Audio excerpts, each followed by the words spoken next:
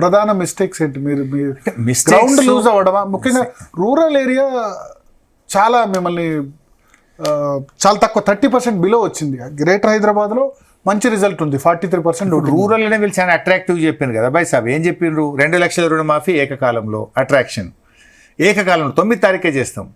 15,000 రైతు బంధు వెంటనే ఇస్తాం. 2 పంటలకు బీమా, 3 10 పంటలకు 500 బోనస్ చెప్పిండ్రు. ఇవన్నీ రైతులకు మాకంటే రెట్టింపు హామీలు ఇవ్వడం వల్ల అట్రాక్ట్ చేసింది. ఒకటి గ్రామీణ మహిళలకు ఇంకోటి ఏం కనబడ్డది, 2,500 మహాలక్ష్మి నెల నెల జీతం పైసలు పడ్డట్టు అకౌంట్లలో వేస్తాము అనే వరకు న్యాచురల్గా ప్రతి మహిళ కూడా ఆశిస్తారు, దాని తప్పు కూడా లేదు.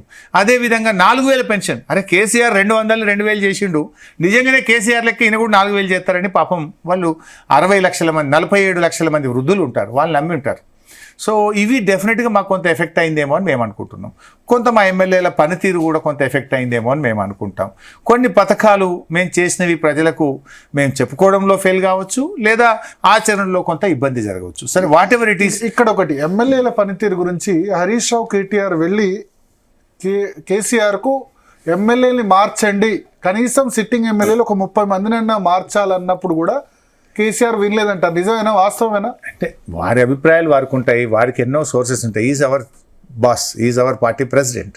మేము ఒక రకమైన వ్యూ మాత్రం మాకుంటుంది, వారికి 10 రకాల వ్యూస్ ఉంటాయి. 10 దిక్కుల నుంచి వారికి సోర్స్ ఉంటుంది, ఇన్ఫర్మేషన్ ఉంటుంది. ఫైనల్లీ మేము పార్టీలో అందరి ఒపీనియన్స్ కేసీఆర్ గారు తీసుకుంటారు. Finally he will take the decision, we all follow him. So మాకు ఒక ఫీడ్బ్యాక్ ఏమిటంటే కొంతమంది మారుస్తే బాగుండు అని అనుకున్నాం.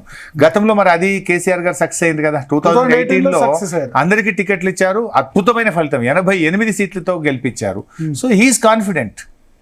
ఈసారి మార్చుంటే రిజల్ట్ వేరే విధంగా ఉండేదా? అది ఒక్క కారణమే నేను అనుకోను. There are many reasons, among that one of that is that. కొన్ని పథకాలు మా మీద కొన్ని దుష్ప్రచారం కూడా జరిగింది. ఏం జరిగింది? కాళేశ్వరం కూలింది అన్నారు. లేదా మా దురదృష్టానికి 10 ఏళ్ళలో ఎప్పుడు పేపర్ లీక్ కాలేదు, ఎలక్షన్ ముంగట్నే ఈ 10 ఏళ్ళలో అన్ని పరీక్షలు మంచిగా అయినాయి కానీ అప్పుడే ఒకటి పేపర్ లీక్ అయిందని ఒక బద్నాం మా మీద పడ్డది. ఇట్లా 1-2 మా టైం బాగాలేకపోవడం కావచ్చు, దుష్ప్రచారాలను తిప్పికొట్టడంలో కూడా మేము కొంత ఫెయిల్ అయినాం. ఇప్పుడు కాళేశ్వరం కూలిందా? కాళేశ్వరం అంటే 18 రిజర్వాయర్లు, 19 పంప్ హౌజులు, 203 కిలోమీటర్ల గ్రావిటీ కెనాలు, 1450 కిలోమీటర్ల కెనాల్సు, టనల్సు, అదేవిధంగా సబ్స్టేషన్స్, ఇవన్నీ ఉంటాయి, అన్నీ ఇంటాక్ట్ ఉన్నాయి. ఈ రోజు కూడా మీరు వెళ్తే మల్లన్న సాగర్ నుంచి నీళ్లు బారుతున్నాయి మెదక్ జిల్లాకు, రంగనాయక సాగర్ నుంచి సిద్దిపేట జిల్లాకు బారుతున్నాయి, అనంతగిరి రిజర్వాయర్ నుంచి సిరిసిల్ల జిల్లాలో బారుతున్నాయి, కొండపోచమ్మ నుంచి యాదాద్రి జిల్లాలో నీళ్లు బారుతున్నాయి. అదేవిధంగా ఇట్లా కాళేశ్వరం ద్వారా బ్రహ్మాండమైన పంటలు ఇవాళ కూడా పండుతున్నాయి. ఇన్ని 100 కాంపోనెంట్లలో ఒక కాంపోనెంట్ మేడిగడ్డ. ఆ మేడిగడ్డలో 7 బ్లాకులు ఉంటాయి. 7 బ్లాకులలో ఒక బ్లాకులో ఒక పిల్లరు ఉంగింది అంతే. 100 కాంపోనెంట్లో 99 మంచిగా ఉన్నాయి.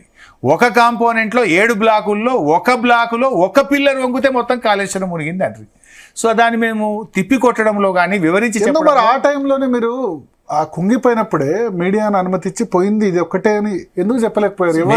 ఎవరిని ఇప్పుడు వీళ్ళు మీడియాను తీసుకెళ్లి చూపించారు. ఆ టైంలో కొన్ని అనుమానాలు ఉండి ఇదేదో బ్లాస్ట్ జరిగింది, కుట్ర జరిగింది, ఎవరో గెలెటిన్ గిట్ అయి వేశారేమో. అసలు ఇన్ని రోజులు కూలకుండా కరెక్ట్ నెలకు ఎలక్షన్ ఉందని ఎందుకు కూలాలి? దానికంటే ముందు సంవత్సరము గోదావరి కుట్ర ఉందని మీరు అనుకుంటున్నారు.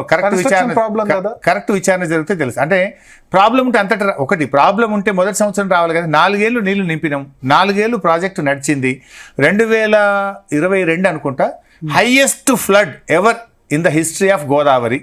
మొత్తం మునిగిపోయింది. అంత ఫ్లడ్ వచ్చిన మోటార్లు కూడా మునిగిపోయింది. అంత ఫ్లడ్ వచ్చినప్పుడు కూడా బ్యారేజ్కి ఏం కాలేదు. రిజర్వ్ పర్ఫెక్ట్గా ఆ బ్యారేజీలన్నీ కూడా ఫంక్షనల్ చేసినాయి. మరి ఏమీ లేనప్పుడు, ఫ్లడ్ లేనప్పుడు ఎందుకు పోయింది అనేది ఒక క్వశ్చన్ మార్క్ ఉండే.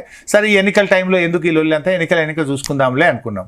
కానీ కాళేశ్వరం మీద వాళ్ళు చేసిన దుష్ప్రచారం కొంత ప్రజలు నమ్మారు. ఏమైంది? ఇవన్నీ కరెక్ట్ ఉన్నాయి కదా, ఇప్పుడు కొండపోచమ్మ బాగుంది, మల్లన్న సాగర్ బాగుంది, రంగనాయక సాగర్ బాగుంది, అంతగిరి బాగుంది, పంప్ హౌజులు బాగున్నాయి, సబ్స్టేషన్లు బాగున్నాయి, బ్యారేజీలు బాగున్నాయి, మిడ్ మానేర్ బాగుంది. ఇవన్నీ బాగున్నప్పుడు ఏముంటుందిలే, అది ఒక చిన్న ఒక పిల్లర్ కదా అని మేము అనుకున్నాం. కానీ వీళ్ళు మొత్తం కాళేశ్వరమే పోయింది, 1,00,000